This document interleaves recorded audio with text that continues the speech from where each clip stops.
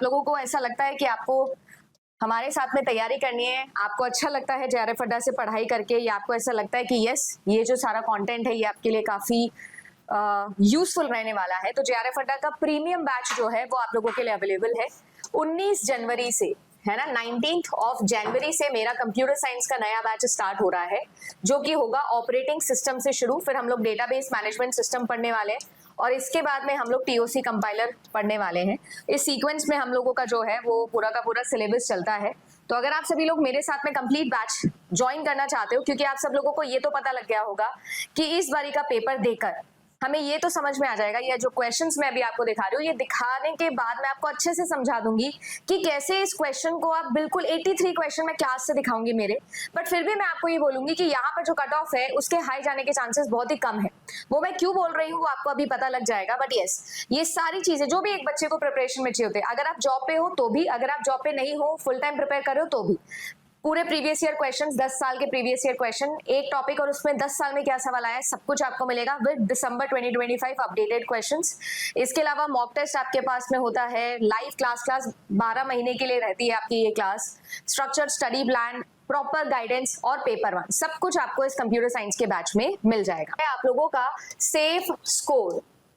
ठीक है ना। अब जो सेफ स्कोर है वो मैं आप लोगों को बता देती हूँ, फॉर नेट भी बता देती हूँ और फॉर जेआरएफ भी बता देती हूँ, ठीक है। इसके अलावा कमेंट सेक्शन में मैं आप लोगों से जरूर ये एक्सपेक्ट करूंगी कि आप कमेंट सेक्शन में अपना अपना स्कोर बताओगे, फिर मैं जेआरएफ अड्डा एप्लीकेशन के ऊपर एक पोल भी लगवाऊंगी और उसके बाद मैं एक्सपेक्टेड कट ऑफ का वीडियो बनाऊंगी, क्योंकि ये मैटर नहीं करता कि मुझे क्वेश्चंस कितने इजी लगे हार्ड लगे, ये भी मैटर नहीं करता है कि आपको इंडिविजुअली कैसे लगे,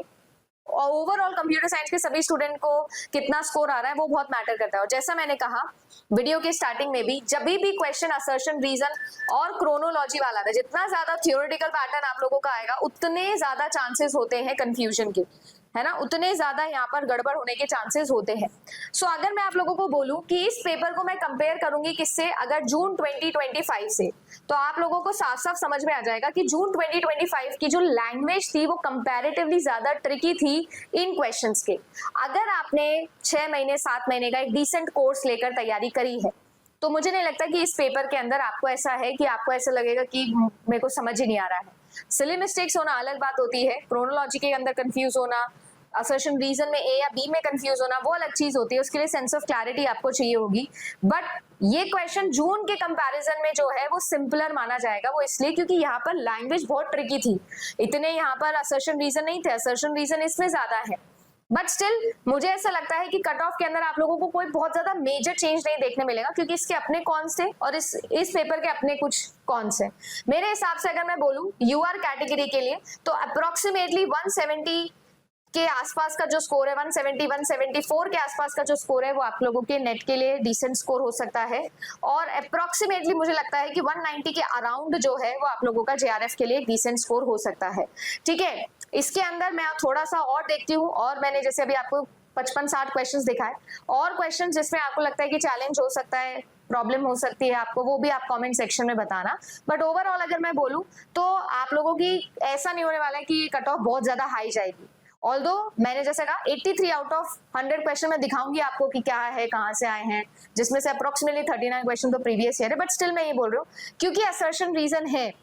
ठीक है, एंटी करता है ये हर बार। वो क्या करता है, जैसे अभी मैच द कॉलम में आया ना तो अगली बार उसको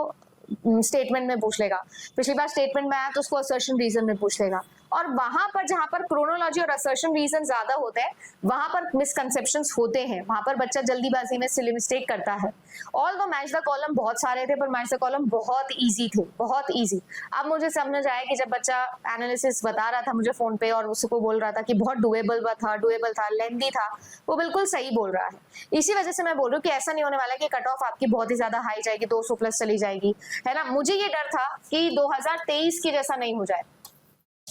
2023 के फेब मार्च वाला जो आप लोगों का पेपर था 218 कट ऑफ चली गई थी, उतना सिंपल पेपर नहीं है ये पेपर उसके कंपैरिजन में तो बहुत अच्छा पेपर है ना। जून के कंपैरिजन में भी यहाँ पर थियोरेटिकल चीजें ज्यादा पूछी गई है। जून का पेपर ट्रिकी था, ये पेपर ट्रिकी था,